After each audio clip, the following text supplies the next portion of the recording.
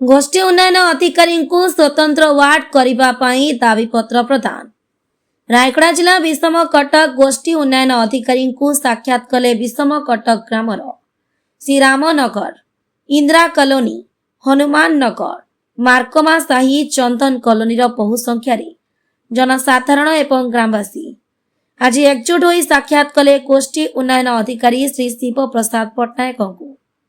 वर्तमान विषम कटक रे नूतन विज्ञापित अंचल ओडिशा सरकार घोषणा करिथिबारु ओडिशा सरकार को धन्यवाद जणाई ए नगर अंचल को स्वतंत्र वार्ड करिबा पई वीडियो श्री शिव प्रसाद पट्टनायक को दाबीपत्र प्रदान करी किछि नगरवासी उन्नतिमूलक कार्यगुड़िक करिबा पई जणाइथिले।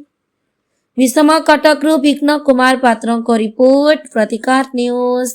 राधा गोविंद रथ श्रीरामनगर उन्नयन कमिटी सभापति आज आमर उन्नयन कमिटी समस्त सदस्य सब आसी वीडियो महाशय को गोटे मेमोरांडम देचु जे विज्ञापित अंचल है आमर इंदिरा कॉलोनी, श्रीरामनगर, आमर चंदन कॉलोनी, मार्कमा साही ये सब मिसेक आम स्वतंत्र वार्ड गठन करा जाऊ एवं आमर डाइट भितर गोटे बूथ केन्द्र करने आम सरकार को निवेदन करुचु।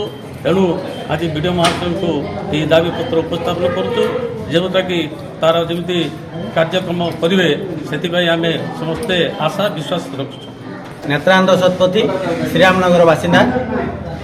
शुभ सकाल।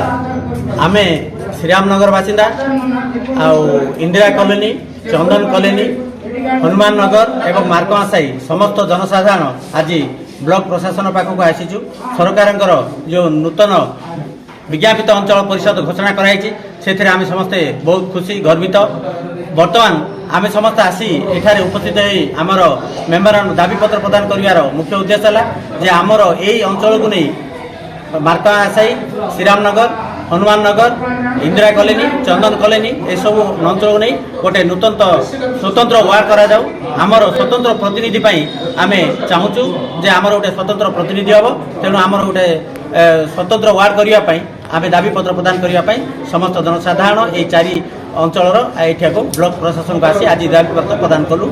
अनुग्रह रखुचु जे यही सरकार आम गुहारी दुख शुणवे, निश्चय आम दाबी को ग्रहण करेंगे और आमर गोटे स्वतंत्र वार्ड करेंगे, आम स्वतंत्र प्रतिनिधि पाइबे।